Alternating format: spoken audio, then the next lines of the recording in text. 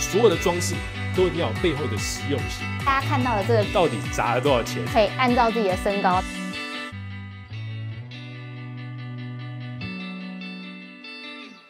接下来来到我们的厨房空间了，这个拱所包覆的就是我们的厨房。然后这个地方其实是我们进门一往右边看，就会看到我们这个开放式的厨房。然后在这边就是我们的厨具，就是我们用的那个日本的塔卡拉厨具。中间是我们的升降中岛，等一下跟大家介绍。然后右边就是我们的比较收纳工具或是一些厨电的柜子，然后这些全部都是可以这样拉出来的，因为它可能会有一些热气。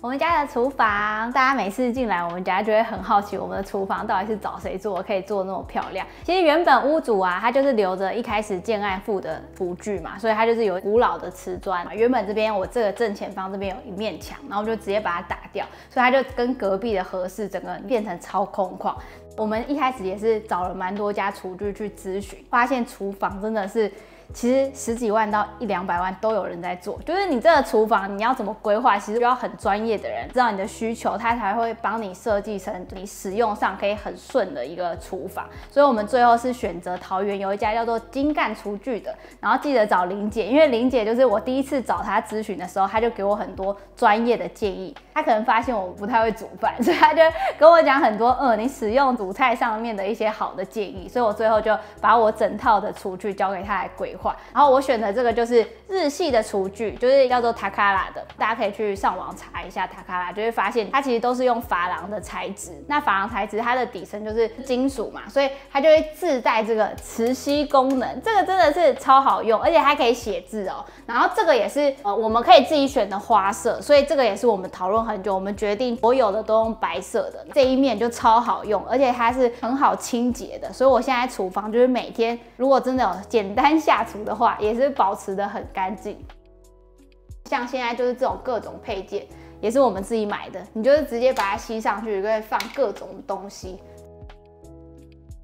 然后我一定要讲，这个东西真的是买了不后悔，每个家里应该都要有一个洗碗机。我们这边藏了一个洗碗机。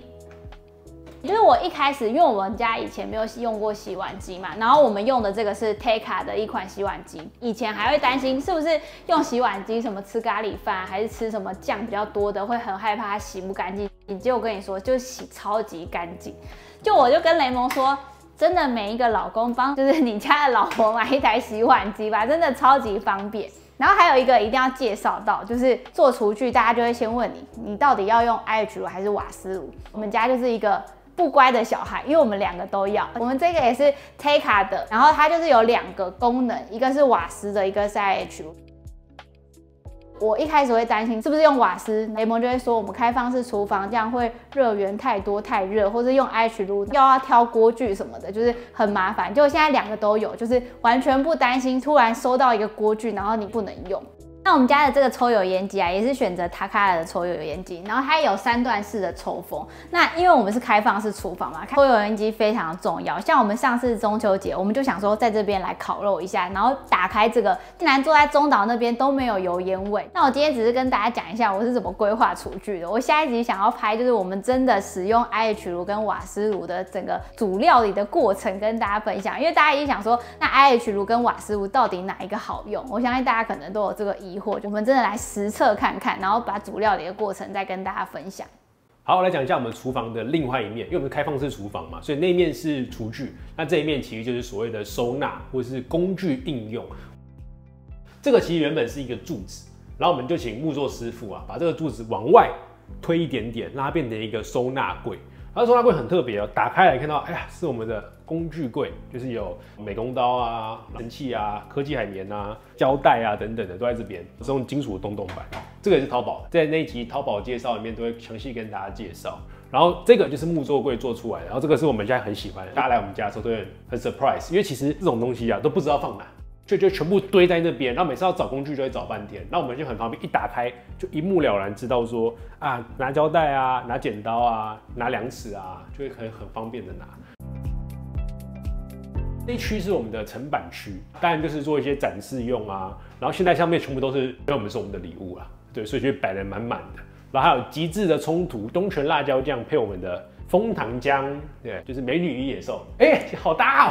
对，就是美女与野兽的感觉。然后这底下就是我放我们一些小电器啊，气泡水机，就我超爱喝气泡水。最近还发现一个很好的喝法，就是你冰块加气泡水，然后加黑麦汁的减糖，你可以把一罐黑麦汁变成2倍的去冲，然后也很好喝。然后更重要的就是我们家的命脉，其实是底下这个，这是我们做的这个格栅式的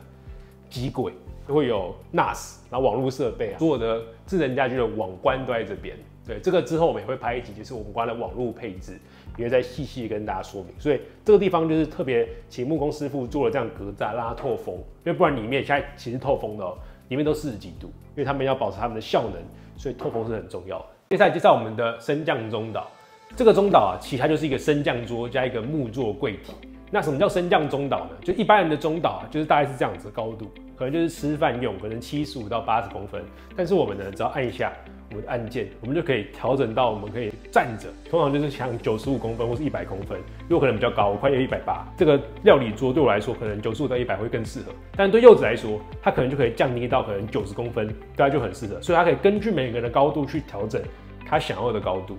像这个高度，就很适合干嘛？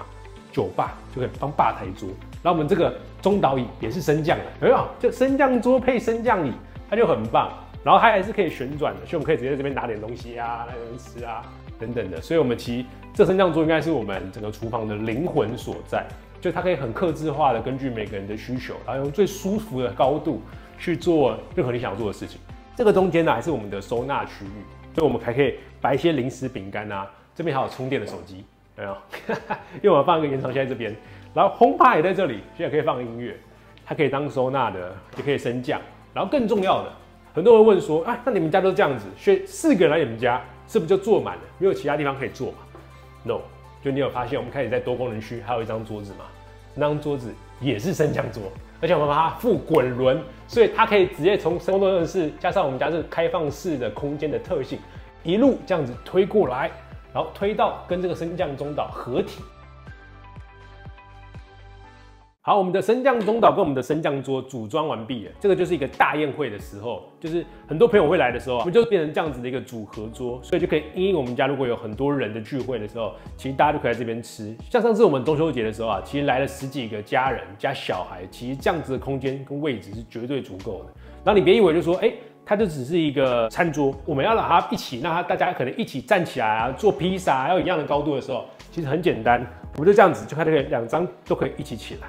然后可以变成我们要的一个一起的工作桌，这样很棒吧？然后其实我们一开始的时候在基隆家的时候就是用升降桌，只是当时是我自己很喜欢，然后就帮柚子也买了一个，我们家就定一个升降桌的工作桌。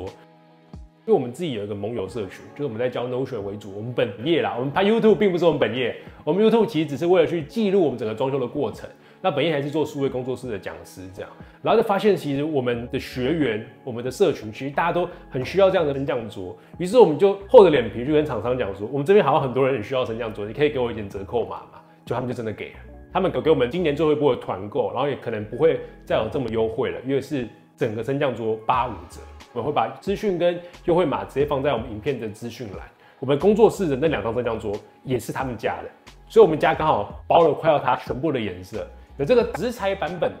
然后有这个叫做加拿大枫木，然后我这是烟草橡木，柚子现在那张是新的颜色，叫雪白柚木，所以我们刚刚讲4种颜色都有。必须要跟大家分享一下，我们使用过升降桌的，后来就看到很多人家里面装潢都是用那种木座桌子定死的，我们都会替他们感到非常的可惜。就你不能变胖，你不能长高，你不能就是长大。很多人就给小孩子做了一个可能木座的书桌，可是他长大可能18岁之后身高突然拉高，他的脚都进不去他的书桌了。那你那个木座桌又不太可能打掉，所以像这种升降桌其实就超适合这种要长大的小孩，或者像我们这种可能要站立工作的人。所以我觉得升降桌绝对就是新的装潢装修里面要被考虑到的一项产品。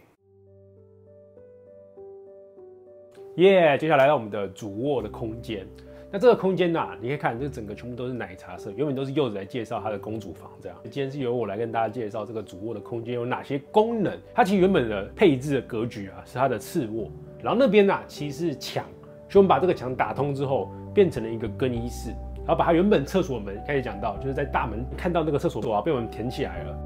然后这个我们是做掀床，还180乘200公分，所以其实非常的大，是我们一个很好的收纳空间。所以底下是可以收纳我们一些比较大的箱子啊。然后可以看一下我们这个窗帘配色也是跟这个整个公主风一样是奶茶色的。然后它很大的功能就是它其实是智能电动的，好吧？所以你可以用语音控制啊，或是我们每天早上7点半的时候，它会自动拉起来，用阳光叫我们起床。那当然它也可以手动，就这样简单的拉一下，然后放开它，它就自己去动了。啊，这就是半自动跟半手动的结合体，这样。对，然后里面那个纱帘也是一样，你一样可以这样拉开，然后它一样就可以动了。然后因为我们的床是欧规尺寸，180×200，不像台湾是那种几尺的，所以我们在挑床垫的时候啊，如果找台湾厂商就只能客制化。然后那个时候我们去问了一下，我们住进来，然后我们开始去问床垫厂商，全部傻眼，就是每个都要等2-3个月，想说哇，我们怎么办？全部睡2-3个月沙发床，不行啊，我们要拍片，那怎么办呢？我们就跑去 IKEA， 他卖的刚好都是欧规尺寸，就刚好符合我们这个床。所以我们就买 IKEA 的那个床垫，结果还蛮好睡的，这样。所以我们是买 IKEA 的床垫。然后我们要跟大家分享一下我们这个很喜欢的吊灯。这个吊灯呢，其实是一个金属外壳，它很酷，就是它可能设计的特别好，所以我通常只要转一下，它就会这样子一直转，然后很疗愈的，你就可以一直看着它，然后发呆，然后它就会一直转，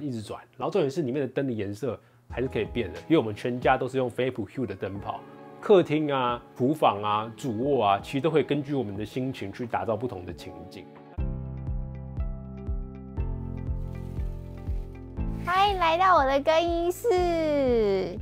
我们的更衣室也是客制化的哦。怎么说呢？大家可以看到，这边是雷蒙的衣橱，然后这边是我的衣橱。他这边呢，这个吊的方式就完全照他自己的身高，他觉得这样比较顺手，然后我觉得这样子比较顺手。那这个地方呢，我们原本其实也想要就是照一般的家庭，大家不是会直接做系统柜衣橱，把它做好做满嘛？但是我们就想说，我们自己想要开放式的空间，而且我们有去问过报价，就是整个3面这样做起来大概要15万。就真的太贵了，然后我们就一直想说有什么比较省钱的做法，然后就想说那不然我们就直接自己 DIY， 因为我在淘宝上面看到这一组，就是你自己可以按照自己的身高，然后选这个配件，然后这个拉篮，你就可以依照自己想要的方式去做属于你自己的更衣室。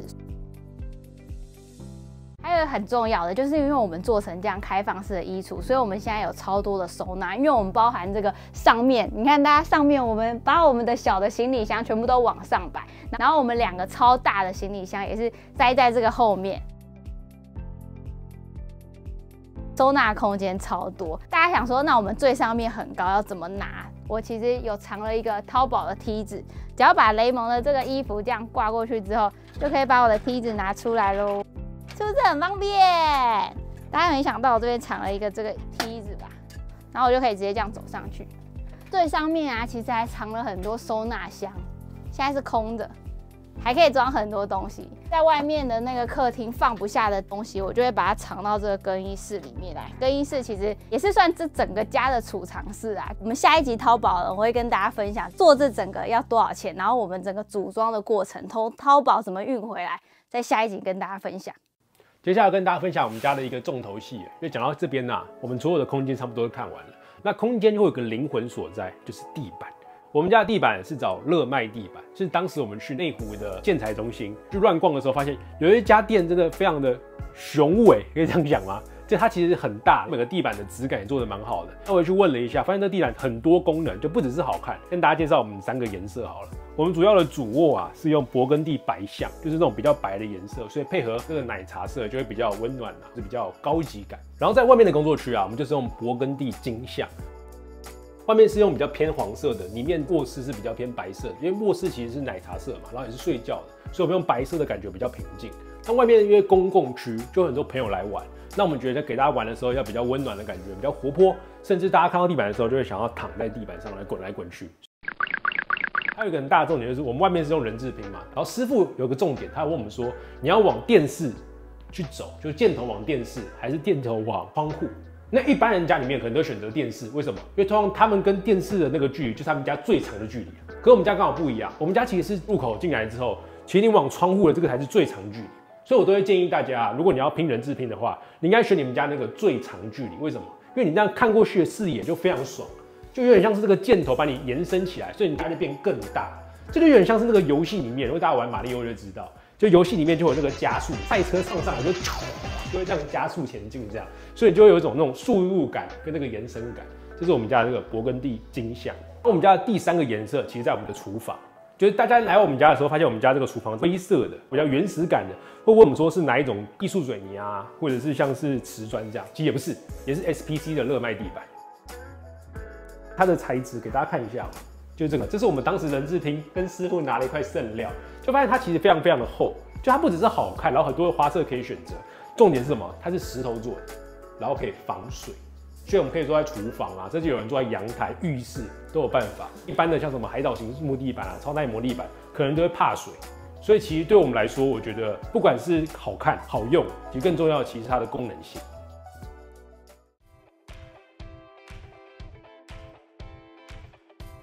我现在在多功能室运动，就是现在我们平常就是把多功能室当成我们的运动室，然后雷蒙会在这边骑脚踏车，或是我会在那边做一些瑜伽。那我们之前不是说我们要在这边拍片嘛，就是还没有真的打造完成啦，因为住进来才差不多快要1个月嘛，所以我们现在还在构思说我们就是这边到底要买地毯啊，或是买立灯啊，或是买画框，可以把这个空间变成一个客房，或是一个大家朋友来在这边相处的一个空间。然后大家会看到我们现在这里为什么是一个马里欧呢？原本不是那个史莱姆森林嘛？雷蒙，您讲一下。对，我们第1集的时候讲说，我们打算把这个多功能室变成一个森林感，就是放一些植物啊，或是一些史莱姆在那边。然后后来其实史莱姆现在搬家了。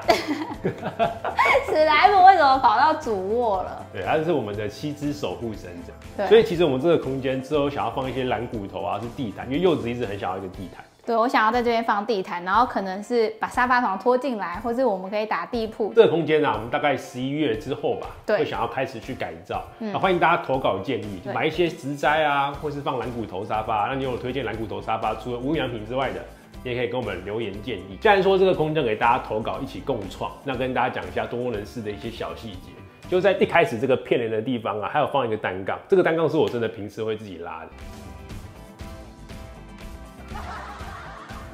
然后旁边还很贴心的留2个插座，这个插座一个是 HDMI 口，一个是插座，然后就是因为我们当时想要放投影机，那后来发现其实投影机有点贵，所以现在暂不考虑。天花板是有留插座的哦，你可以自由发挥，看它可以干嘛。因为我们的电视已经满足我们大概95%的需求。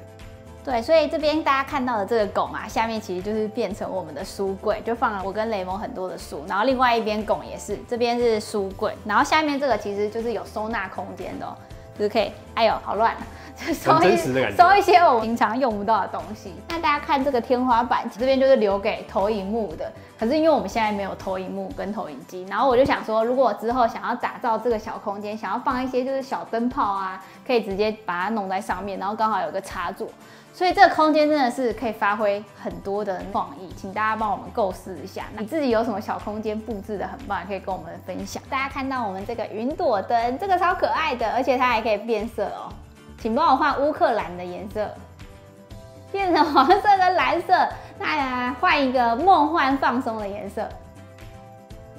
然后就变成这样很梦幻悠闲的感觉了，是不是超可爱的？好，来跟大家介绍一下我们家的电视。我们家的电视是飞利浦65寸的 OLED， 但是在介绍电视之前啊，坦白说，其实我跟柚子之前在基隆是不看电视的。第一个原因是因为我们家的网速其实跑不太动 4K 的影片，所以我们之前都挤在我们电脑桌前面，用我们的电脑萤幕，然后看 YouTube 啊、Netflix 之类的。然后现在因为有了电视之后，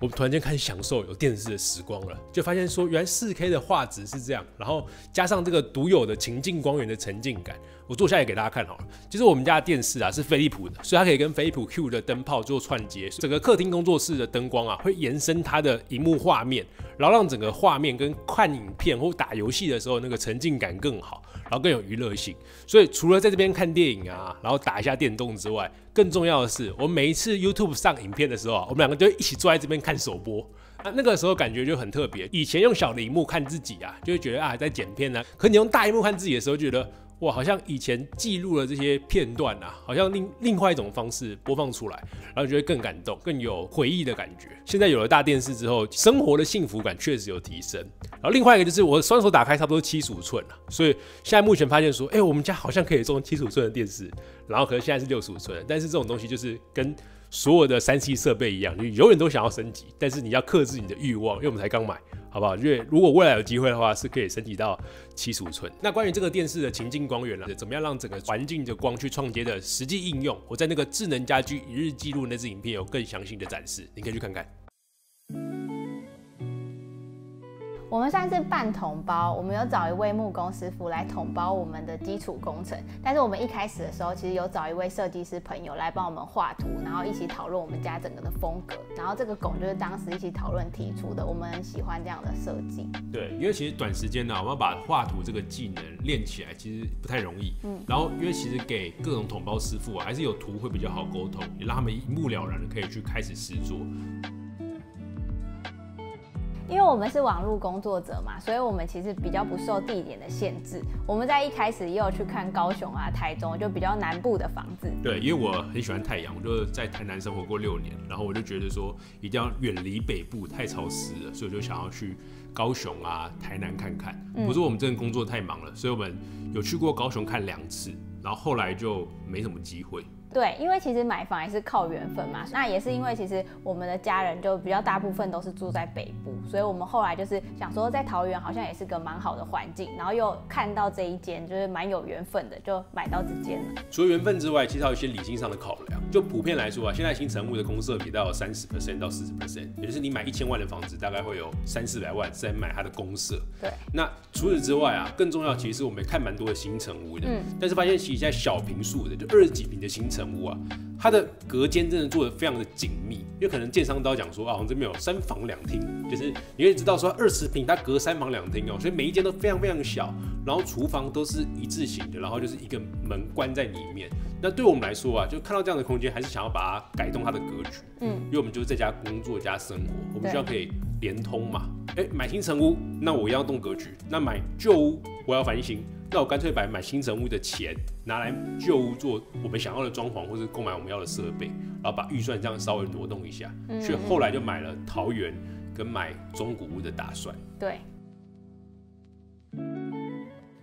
那开放式空间呢？大家有看到，就是我们家会变得很大，但其实它也有缺点的。可能你本来这间房子是3房2厅的格局，那我们改动之后可能就变1房1厅。那这样的设计其实对我们来说，我们2个啦，就是很 OK 的。不过我觉得这个买房子还是要依照你个人的需求，还有跟你住的是谁，然后你们的生活习惯是什么，然后才去决定说你要不要把整个空间给打通。那还有另外一个缺点，可能就是大家比较常讲的会有厨房油烟的问题啊，或者冷气就是效率不好。对，所以像冷气的效率啊，或者是厨房油烟，还有没有私人空间这几个问题啊，我觉得我们好像在我们的装潢设计上蛮巧妙的解决这些问题了。虽然没有100%完美的解决，但是至少有80%的让我们可以满意我们现在的方案。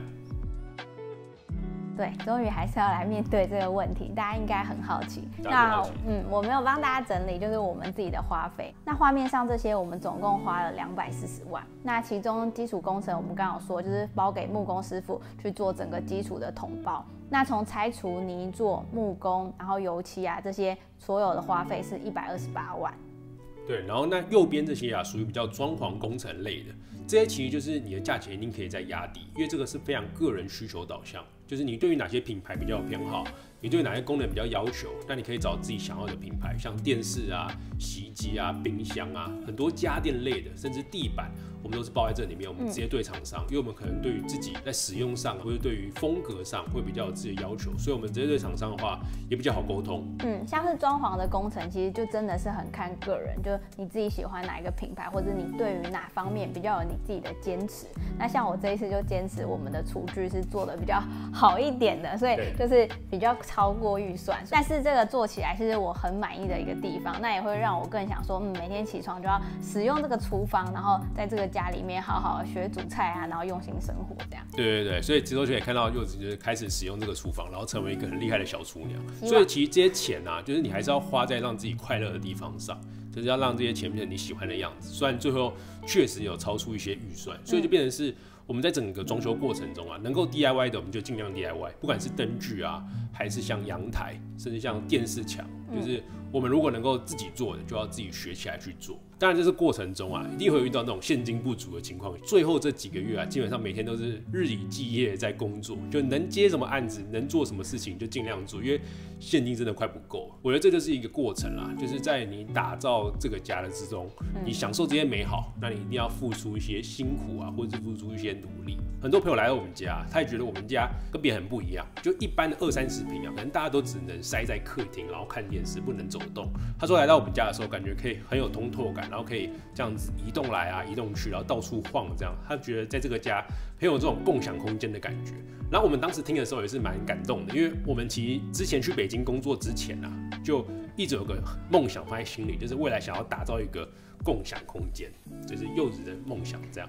对，梦想之一。对啊，其实我们自己在做的事情，我们以前有讨论过，就是我们不是很喜欢这种，就是人与人之间，然后我们可以一起打工换宿啊，或者一起技能交换这种，就是在一个空间，然后创造更多的这种回忆。分享彼此的技能，或者分享彼此的生活，然后一起成长的感觉，我们就很喜欢。所以我之前在北京的时候有在共享空间工作过，所以我就觉得自己打造一个房子这种从零到一的过程是会心里很感动，然后很有成就感的。对，现在就算是一个小型的试验，我们真的有点小型模拟了成功的这个梦想的雏形吧，就是开始让我们家变成一个类似共享空间的一个小空间，所以希望让朋友来我们家的时候啊，就是可以看到说啊，这个空间是可以工作跟生活融合在一块的，又可以娱乐，然后大家互相交流的时候也会非常的放松，非常的自在。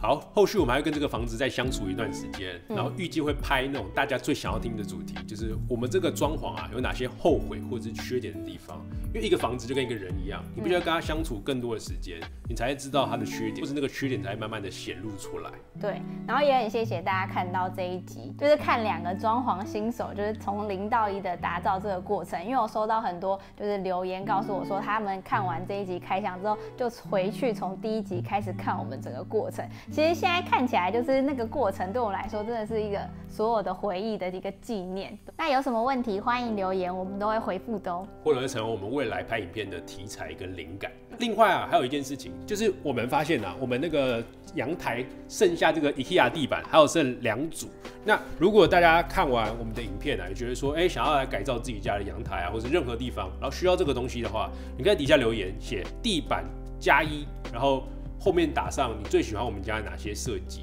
那我们可能会在下个礼拜，然后抽出一个人，然后把这2个东西就寄到你家，这样子就送给你。不然这个剩下来的我们不知道怎么办，然后 IKEA 又推不掉，然后我们又丢掉又很浪费，所以希望可以给那些真正需要它的人，好不好？那我们就下集再见了，拜拜。